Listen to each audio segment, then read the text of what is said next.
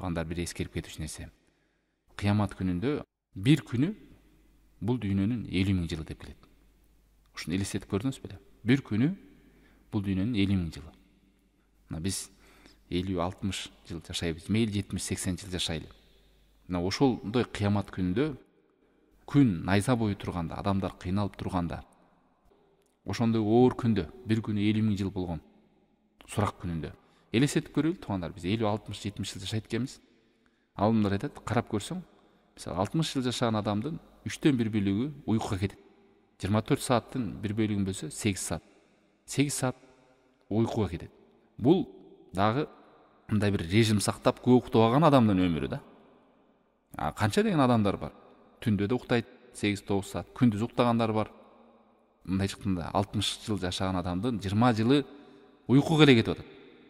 Анан 20 жылың болсо, ары бары акыл эсиңе келгенче ушу 20га чыгып акыл эсине келгендер бар.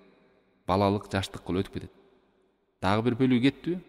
Анан ары 20 жылың кураган кекиртек, күнүмдүк оокат деп отуруп өтүп кетип атпайбы? Өмүрүбүз. Жеген, ичкен, тарап ара сүйлөгөн убакыттар канча жыл кетип атат. Аз туугандар, өмүрүбүз өзү аябай аз. Пайгамбар саллаллаху алейхи башка хадистерде айткан, мен үммөтүм 60 менен 70-тин ортосунда эле болот. Азы гана ошол өмүрдөн өтөт. Ана эмне үчүн биз ушундай улуу күн алдыбызда турат? Бул дүйнөдөн алыстап баратабыз күн өткөн сайын.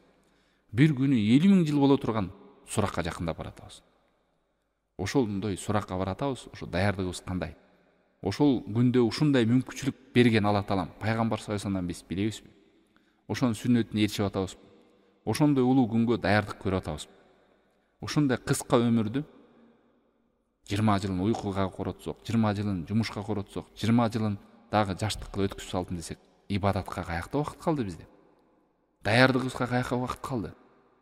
Мына азыр кыяматка белгиленген жылың айлап өтүп атат, айың жумалап өтүп атат, жумаң күндөй өтүп атат.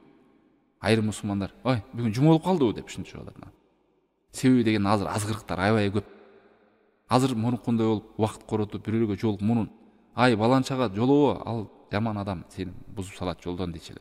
Азыр мына эч кимге жолобой эле бузулуп кетет адам. Кичинекей жанагы телефонду кармап алып, ааламды сүзүп жүрө берет. Эмне бузулук ишти көрөмүз деп көрө берет. Ошон үчүн бизде алаксыткан нерселер аябай көп. Убактыбызды үнөмдөп, өмүрүбүздү бартап, мүмкүнчүлүгүбүздү колдонуп калайлы. Ошондой күнгө даярдык көрүп,